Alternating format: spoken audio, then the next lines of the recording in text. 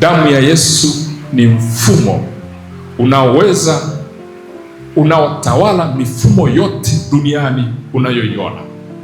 Unakutana na mtu anakwambia, nimefanya kazi miaka mingi sina matokeo aina yoyote. Unakutana na mtu anakwambia, ndoa yangu ina changamoto. Unakutana na mtu anakwambia, na watoto wangu ni walevi, sijui niwasaidieje. Unakutana na mtu anakwambia, watoto wangu wamesoma lakini hawana ajira. Unakutana na mtu anakwambia, kila anachokifanya hakisogei.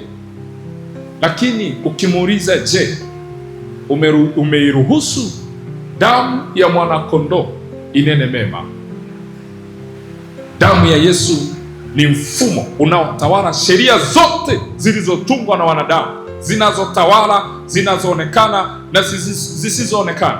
Ndio maana mahali popote ukitaja damu ya Yesu, kama kuna mifumo ya ufalme wa giza, unaona mapepo yanakimbia, unaona wachawi wanachanganyikiwa, unaona waganga wanaishiwa nguvu. Kwa nini? Umetamka mfumo wenye nguvu kuliko mifumo yote. Kwa hiyo ikiwa utaishi ndani ya huu mfumo, wewe una uhakika kwamba utakuwa na nguvu ya kutawala mifumo yote unayoiona na usioiona. Kwa nini? Uko ndani ya mfumo unaotawala, uko ndani ya mfumo wenye nguvu, uko ndani ya mfumo unaoweza kufungua kila aina ya mifumo. Bahati mbaya ni kwamba hatuishi kwenye huu mfumo wa damu ya Yesu.